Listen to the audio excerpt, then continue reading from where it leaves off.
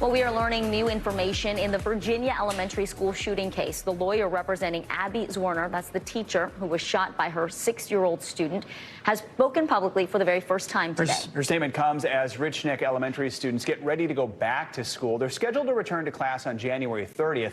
On top of that, the district school board is expected to release its superintendent in a vote later today. Following this story for us is NBC News Washington correspondent Yamiche Alcindor. Yamiche, good to have you with us. So today, Abby Zwerner's attorney said school administrators were warned at least 3 times in the hours before the shooting and detailed each one of those warnings. Walk us through what we learned from the attorney and how the teacher's recovery is going. Well, Joe, this was really a remarkable press conference with some damning allegations coming from the attorney for Abby Zwerner. The lawyer said that the school repeatedly failed to act. Take a listen. This tragedy was entirely preventable if the school administrators responsible for school safety had done their part and taken action when they had knowledge of imminent danger. But instead, they failed to act and Abby was shot.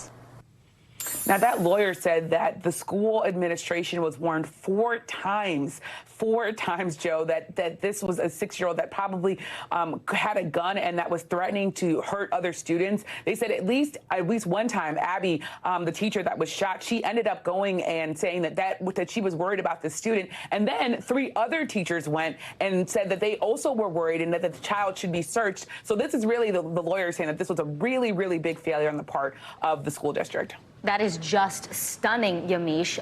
NBC also has exclusive reporting that Abby Zwerner texted a loved one just about an hour before she was shot. What more can you tell us about that text?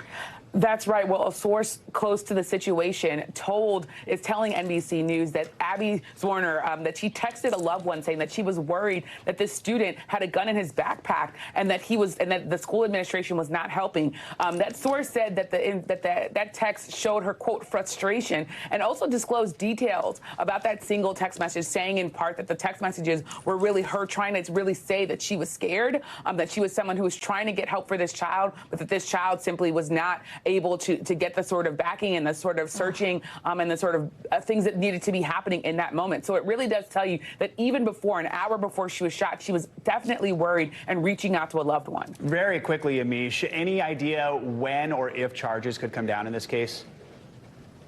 It's a great question. We're not quite sure. We know that school officials are planning to meet tonight now in terms of the what's next. The agenda says that members are going to be considering the approval of a separation agreement and severance with this current superintendent, as well as an appointment of an interim superintendent. But when it comes to criminal charges, we're just not sure what's going to happen there. We also know, of course, that students are returning to classes on January 30th on Monday. But today, the school is open for students to be visiting to, in some ways, let them come back into the building and start to get comfortable. So it really does tell you that this is a situation that is continuing to evolve while these students and, I will say, staff members are feeling very traumatized by what happened. So many warning signs, so many failures. NBC's Yamiche Alcindor, thank you so much.